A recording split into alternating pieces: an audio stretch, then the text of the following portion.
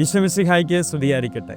ഇന്ന് നമ്മൾ പഠിക്കുന്ന വചനം യോഹന്നാൻ 14:18. ഞാൻ നിങ്ങളെ അനാഥരായി വിടുകയില്ല.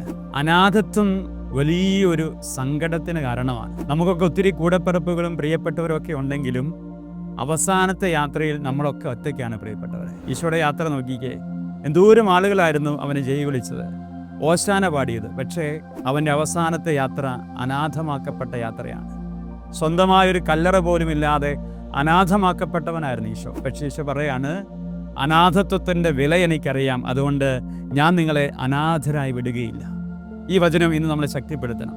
നമ്മൾ ഒറ്റപ്പെടുമ്പോൾ, സങ്കടപ്പെടുമ്പോൾ, ഞാൻ നിങ്ങളെ അനാഥരായി വിടുകയില്ല. ഈ വചനം ഇന്ന് ആവർത്തിച്ച് നമുക്ക് പഠിക്കാം. ഈ വചനത്തെ നമുക്ക് പങ്കുവെക്കാം. നമ്മുടെ നിയോഗങ്ങളോട് ചേർത്ത് വെച്ച് 51-ാമത്തെ ദിവസം നമുക്ക് സാധ്യമാകേണ്ട നിയോഗത്തെ മനസ്സിൽ ധ്യാനിച്ചുകൊണ്ട് ഈ വചനത്തെ ആവർത്തിച്ച് പ്രാർത്ഥിക്കുവാനും പങ്കുവെക്കുവാനും ഇന്ന് കഴിയട്ടെ. ഞാൻ നിങ്ങളെ അനാഥരായി വിടുകയില്ല. ഈശോ അനുഗ്രഹിക്കട്ടെ. ആമേൻ.